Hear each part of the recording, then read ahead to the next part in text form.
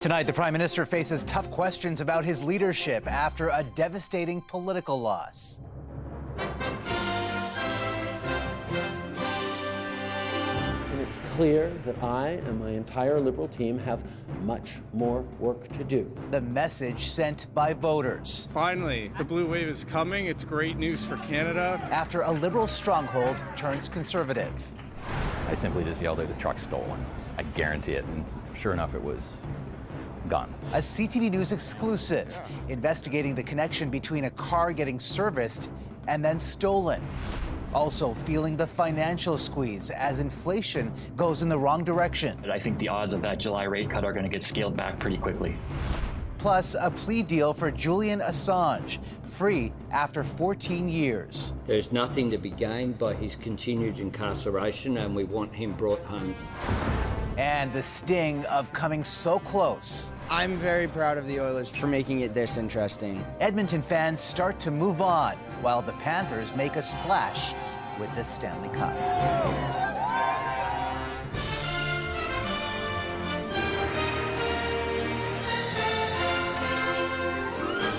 CTV National News with Omar Sachedina. Good evening, everyone. The governing Liberals have been thrust into a period of political soul-searching tonight after a consequential federal by-election that could have major implications for the general vote. The riding of Toronto-St. Paul's has been a Liberal stronghold for 3 decades, but flipped blue overnight. Fewer than 600 votes separating the Conservative winner from his Liberal challenger. It's a significant victory for the Conservatives, who have not captured a single seat in Toronto proper since 2011. Our coverage begins with CTV's Judy Trinh on the reaction and more on what the result could mean. Conservative Don Stewart won by 590 votes. The financial executive cracked open a riding held by the Liberals for more than 3 decades. On X, Stewart declared, the results sent Justin Trudeau a loud and clear message. Finally, the blue wave is coming. It's great news for Canada and young people and affording, a house. I thought it'd be close the other way around. During the campaign, the Prime Minister tried to shore up Leslie Church's support. Church used to be Chief of Staff to the Finance Minister, who may have angered voters with this comment. The alternative is really cold and cruel and small. The alternative is cuts and austerity, not believing in ourselves as a country. Thanks so much. Still, Church says she intends on fighting the next election 16 months from now. So does her leader. I also want to congratulate Don Stewart. This was obviously not the result we wanted, but I want to be clear that I hear people's concerns and frustrations. These are not easy times, and it's clear that I and my entire Liberal team have much more work to do. The results are linked to Trudeau, who is way behind in the opinion polls. In a riding with pockets of affluence, where 60% of residents rent, the Prime Minister is blamed for the rising cost of living, criticized for the carbon tax, and changes to capital gains. No, I don't think it means that the Prime Minister needs to resign. But some analysts say it's not clear a new leader would make a difference. There's a timeline, I think, at which anything except for what you have that you're tired of is going to be better. And I'm not sure that a new leader would change that. The NDP may also be doing some hand-wringing. They came in a distant third in this by-election, in a riding where they hold the seat provincially. Omar. All right, Judy, thank you. Let's bring in CTV's chief political correspondent, Vashi Kapellos. And Vashi, let's pick up where Judy left off. How much pressure does this put on Justin Trudeau to step aside as leader? There's way more pressure today, Omar, than there was 24 hours ago. I'm up to 4 MPs, Liberal MPs in Ontario, who have now sent me messages today that they would like to see the Prime Minister step aside as soon as this week. The big question is whether that pressure bubbles through to the public. So far, all of this is happening behind the scenes. Do those MPs end up speaking out publicly? That's where the big pressure point will lie in the coming weeks and months. As we heard, the Prime Minister said today, it's clear that he and his team have much more work to do. But what does it actually mean in practical terms to win back voters before they head to the polls in a general election? Such a great question. In my view, there are three things. One, what we just discussed, the possibility of the Prime Minister deciding to step aside. Two, the Prime Minister firing a top lieutenant, so somebody like, for example, Finance Minister Chrystia Freeland. That would send a very big signal. And three, the Prime Minister could get rid of the most unpopular policies to send a very strong signal that this won't be business as usual. The two that jump to mind right away, first, the carbon tax, the consumer carbon tax. Second, capital gains. Omar? All right, Vashi, thank you. And speaking of capital gains, as of today, the government's controversial changes to the inclusion rate that will force some Canadians and businesses to pay more are now in effect. The government estimates 40,000 individuals will be impacted, but a new survey finds many more, 1 in 5, believe they'll take a financial hit because of the changes over the next 5 years. Like this grain farmer just outside Winnipeg, who says the new move will deplete his retirement savings. I may have to sell off part of my farm in order to pay down that debt, that tax burden to the government, even though I'm not actually receiving millions of dollars. Financial pressures are top of mind for many Canadians, but today the odds of another break on interest rates went down because inflation ticked up. CTV's Sarah Plowman explains. On every corner, higher costs have crept in. This mother worries about her mortgage set for renewal. It hasn't changed, but when it refinances, in the next year and a half, that will be an interesting time for me. These tourists drove from Montreal to dodge a pricey flight. Everything is expensive in Canada anyways. One street in one city, but a snapshot of the price pinch people face across the country. In May, inflation went up to 2.9%, a bump from the 2.7% increase the month before. I'd say it's a relatively small uptick. We're still below that important 3% threshold, the 5th month in a row. Once again, mortgage costs and rent are up, so is airfare and gas. Cell phone costs dropped, but less than before. The cost of food jumped slightly, but that's on top of already high prices. Groceries cost nearly 23% more now than they did 4 years ago. All of it is factored in as the Bank of Canada decides whether to drop key interest rates again in July, after cutting rates for the first time in 4 years earlier this month. I suspect as the market reaction plays out here over the next little while that I think the odds of that July rate cut are going to get scaled back pretty quickly. Back on this street, Brenda Lunn faces the price pressures. She lives in a tent or stays with her partner. Renting seems out of reach. It was the cost, and trying to, like I said, trying to find a place is hard. The Bank of Canada is set to make its next decision July 24th. Before then, new data will come out around GDP and inflation, all to be considered. Sarah Plowman, CTV News, Fredericton. A major breakthrough in a months-long investigation to tell you about tonight. Police in Ontario have recovered stolen cars worth millions and arrested more than 100 suspects. It's really concerning that 44% of those arrested were out on bail at the time of their arrest, and 61% were subsequently released on bail yet again. The Provincial Carjacking Joint Task Force has also identified a criminal network behind violent auto thefts, armed home invasions, and store robberies. Police announced that the arrests and recoveries were made between last September and this March. But there are many more suspects still at large. And tonight we have exclusive reporting on what some car theft victims insist is a concerning connection between the time their vehicles were serviced and then stolen. CTV's Adrian Gobriel on the link. It's a callous crime that has recently been captured on cameras across the country. I simply just yelled at the truck's stolen. More than 100,000 vehicles were stolen across Canada in 2022. That's about 1 every 5 minutes. Now active investigations are looking into the date and location of where a stolen vehicle was last serviced. If we started to notice a trend of victims coming forward and saying, I've had my car stolen, 2 weeks prior I'd had it in to be serviced, and we see that trend, then of course we would reach out to the dealership. CTV News has spoken to multiple individuals who've had their land and Range Rover stolen in Toronto. Some were taken just days after going in for service. When police learned that your vehicle had been serviced recently, what was their advice to you? When you get the vehicle back, if you do get it back, you need to repair it and you need to immediately sell it because they're coming back for it.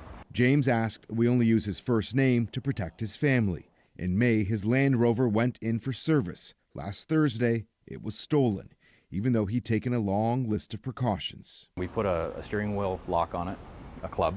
We put our keys in a Faraday box. The criminals appeared to enter his locked vehicle with ease, almost as if they had a copy of his key. I'm pretty sure it was cloned, yeah. Grand Touring Automobiles in Toronto is one of multiple dealerships where victims say their SUVs were serviced before being stolen from their driveway. The high-end dealership also had 3 vehicles stolen from its own lot last year. In a statement, they say, "We continue to work closely with Toronto police in their investigations and support their efforts to keep our customers and their cars safe. In parallel with the police, we are conducting our own internal investigation."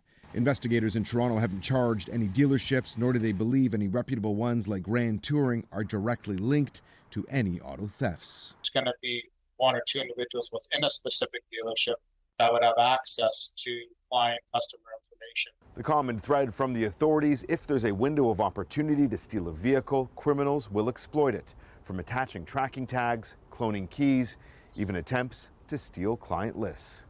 Adrian Gabriel, CTV News, Toronto. A former deputy chief with Ottawa Police has been charged with sexual assault in connection with an alleged incident involving a female officer under his supervision at the time. The charge against Uday Jaswal relates to a workplace incident that happened a decade ago. The female officer came forward after Jaswal resigned 2 years ago under a cloud of sexual harassment allegations from multiple women. Jaswal will appear in court next month. WikiLeaks founder Julian Assange has appeared in court in the Northern Mariana Islands, a U.S. territory in the Western Pacific. This is him clearing security before pleading guilty to publishing U.S. military secrets in exchange for a deal that grants him his freedom. American prosecutors say Assange wanted to go to a court close to his home in Australia, but not on the continental United States. CTV's Washington Bureau Chief Joy Malbon on the end of a 14-year legal saga. For Julian Assange, it's been a long journey to freedom, boarding a plane in London after serving 5 years in a maximum security prison there, and 7 more holed up and hiding out in the Ecuador embassy. Assange struck a plea deal with the U.S. Justice Department to plead guilty for his role in the biggest breach of U.S. classified secrets in recent history. The Australian government pushed for his release. There's nothing to be gained by his continued incarceration, and we want him brought home to Australia.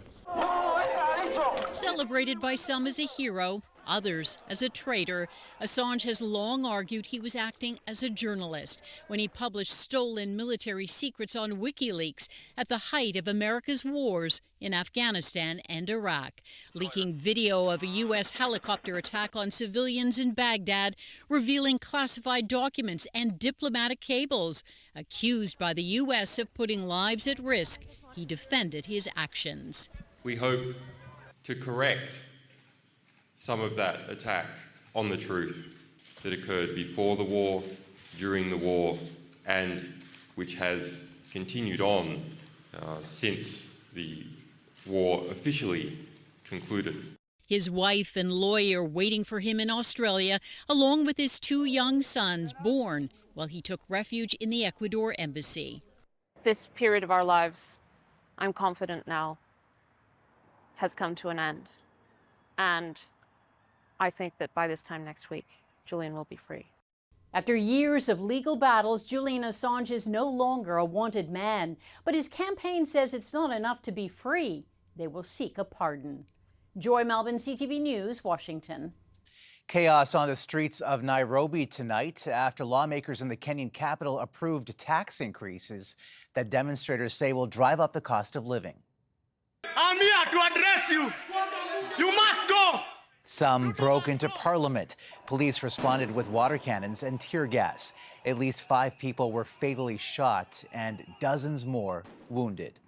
Citizens of the Republic of Kenya was infiltrated and hijacked by a group of organized criminals. Kenya's president has vowed to restore order and has 2 weeks to approve or send back the controversial bill that sparked the violence. Coming up, the fire has jumped the river. Flames creep closer to a Labrador power plant. Plus, it's David for Canada! Canada strikes back at the Copa America.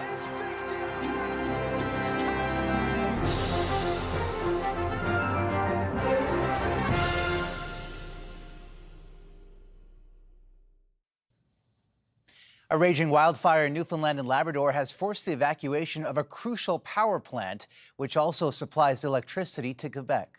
The fire has jumped the river, which is what we were trying to prevent. It's what we were all hoping wouldn't happen. The river was acting as a natural barrier from the town of Churchill Falls ever since the wildfires started, rapidly spreading last week. That's when most of the town had to run from the flames. Today, the skeleton crew operating the plant was ordered to leave as well. The plan now is to run the station remotely. Across the country in Calgary, full water services could be restored in that city sooner than expected, with repairs to a broken feeder main now complete. Next, the city's water team is going to begin a 4-step process. This will involve filling the pipe, flushing the pipe. It will be testing the water and then getting to a place of stability. The mayor says she hopes all work will be finished before the start of the Calgary Stampede, but warns unexpected issues could cause delays. She's urging people to continue limiting their water use. More Canadian automakers are sounding the alarm over a federal target to phase out new gas-powered vehicles by 2035. They say that can't happen until electric vehicles are cheaper and there's better charging infrastructure. CTV's Alison Bamford on the accelerated push. A safe bet that drivers can charge up their electric vehicles in any major city. But driving in rural Saskatchewan poses a different challenge. We need charging stations in every small town. The prairies, along with Newfoundland and Labrador, trail the rest of the country in EV infrastructure, with about 3 charging ports per 10,000 people. If everyone were to buy an EV tomorrow and need to, say, go across the country or charge, there's not enough chargers to do that. The number of EV charging ports across the country tripled in the last 5 years, putting Canada at just over 30,000. Still a long way from the roughly 450,000 needed by 2035. Canadians need federal and provincial action for better, more reliable charging infrastructure. The federal purchase incentive program offers up to $5,000 back on an EV purchase. Saskatchewan, Alberta, and Ontario don't offer any provincial rebates, while BC and Quebec recently announced plans to pare back their programs. Until that sticker price comes down, we do want to see continued government incentives. Without changes, the industry says it won't meet the federal mandate of selling 100% zero emissions vehicles by 2035. We've gone through the period of early adopters, but to win consumers in the mass market, you have to make it extremely convenient. Convenience that manufacturers say will also come as more technicians are trained to deal with electric vehicle maintenance. Alison Bamford, CTV News, Regina. Still ahead, a dramatic and daring rescue high atop a soaring Toronto hotel.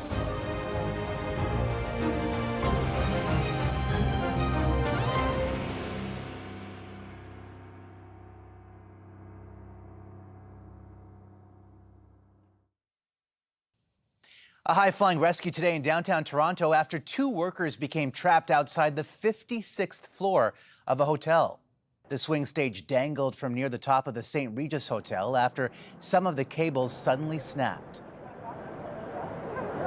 There was 4 ropes and 2 of them had broken in the winds. The stage was loose. It was being bantered around by the winds.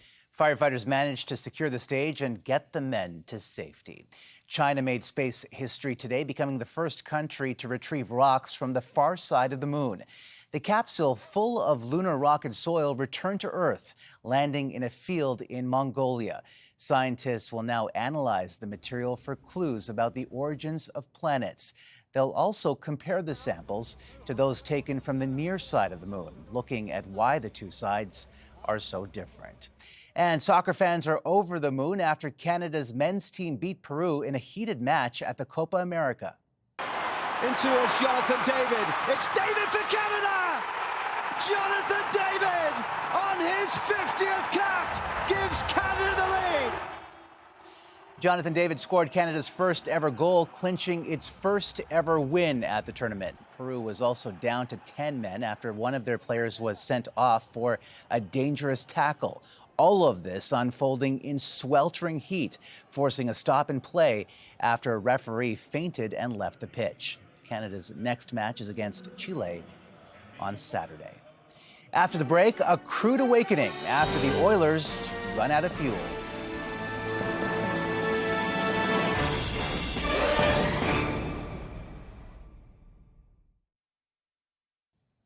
A punch in the gut may be the best way to describe last night's Stanley Cup loss for the Edmonton Oilers. After an incredible run, fans and players are picking up the pieces of a broken dream. But as CTV's Kathy Lee reports for Edmonton, there's victory even in defeat. It was a long road to this moment, but not the moment the Edmonton Oilers hoped for. We fought an uphill climb for months and months and months, and yeah, just sucks. It's really, really hard. You're one period, one shot away from maybe winning the thing. The 2-1 win, a dream come true for the Florida Panthers. But dreams dashed for Oilers fans, still bruised the day after. This was more than a hockey game for the most part, and yeah, which makes it really disappointing that we just couldn't get it done last night. Pretty depressed. But what can you do? They never gave up, and you gotta give it to a team that they just fought it to the very end. Better than last night, but still sad. Despite the sadness, fans did not riot. 33,000 people packed the core. Police say only 6 arrests were made. The lows and highs, inevitable in sports. Panthers players celebrated their first cup win, dipping Lord Stanley into the Atlantic Ocean. For Canada, the 3-decade cup drought remains, but a small victory to celebrate. The player who is going to be given the Conn Smythe. Although he didn't accept it, Connor McDavid was named MVP during the playoff run, awarded the Conn Smythe Trophy. I guess an honor, put the names on that trophy, but yeah. But there's always next year for the big trophy. Absolutely. Yeah, we should probably go get a new jersey, be ready to go. This is only the 6th time in NHL history that the Conn Smythe was awarded to a player from the team that lost the Stanley Cup. Kathy Lee, CTV News, Edmonton. A great run indeed. They should be proud. That's a snapshot of this Tuesday. For all of us at CTV National News, thank you for watching and good night.